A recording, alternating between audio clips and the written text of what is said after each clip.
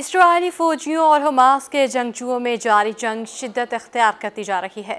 Hamas کے القصام brigade کے جنگجوؤں نے مزید 15 اسرائیلی فوجی جہنم واصل کر دیے۔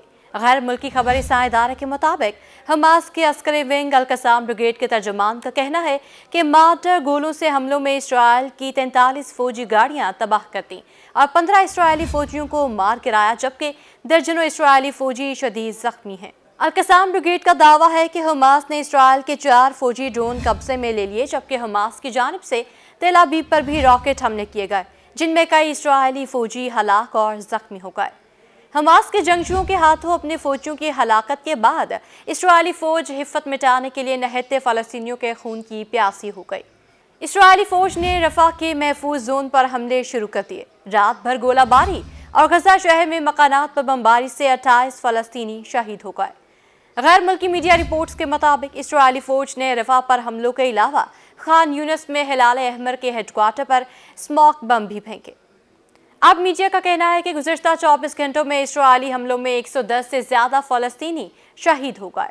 اسرائیلی فوج نے چھاپہ مار کارروائیوں میں مغربی کنارے سے 12 فلسطینیوں کو گرفتار بھی کیا۔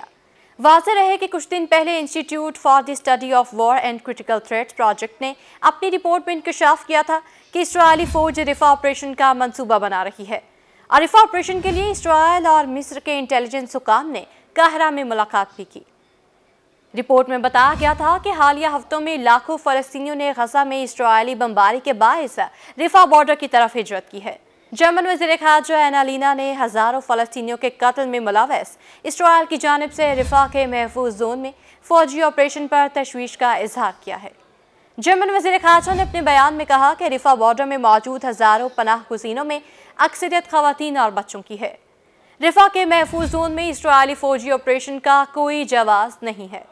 اقوام متحدہ کے انسانی حقوق کمشنر نے بھی رفح میں اسرائیلی فوجی آپریشن کے منصوبے پر انتہائی تشویش کا اظہار کرتے ہوئے کہا کہ رفح میں 15 لاکھ فلسطینی پناہ گزین ہیں۔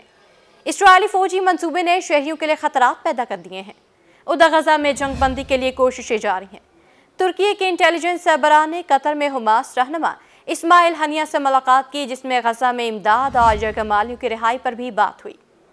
واضح رہے کہ 7 اکتوبر سے غزہ میں جاری اسرائیلی بربریت کے نتیجے میں اب تک 27,000 سے زائد فلسطینی شہید اور 65,000 سے زائد زخمی ہو چکے ہیں۔ اقوام متحدہ کے مطابق اسرائیلی حملوں کے باعث غزہ ناقابل رہائش ہو چکا ہے اور غزہ کی 80% سے زائد آبادی نقل مکانی کر چکی ہے۔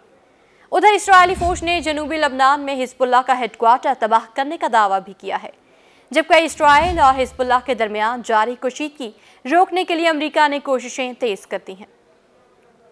عرب میڈیا کے مطابق اسرائیلی اخبار نے گزشتہ روز کہا کہ امریکی ایلچی آموس ہاکسٹین اپنے موجودہ دورہ اسرائیل کے دوران وزیر اعظم بنجامن نیتن یاہو، جنگی کونسل کے وزیر بینی گیٹز اور صدر اسحاق ہرزوگ سے ملاقات کریں گے، تاکہ حزب اللہ اور اسرائیل کے درمیان محاذ ذرائع کو روکنے کے لیے ایک مؤثر بندوبست تک پہنچا جا سکے۔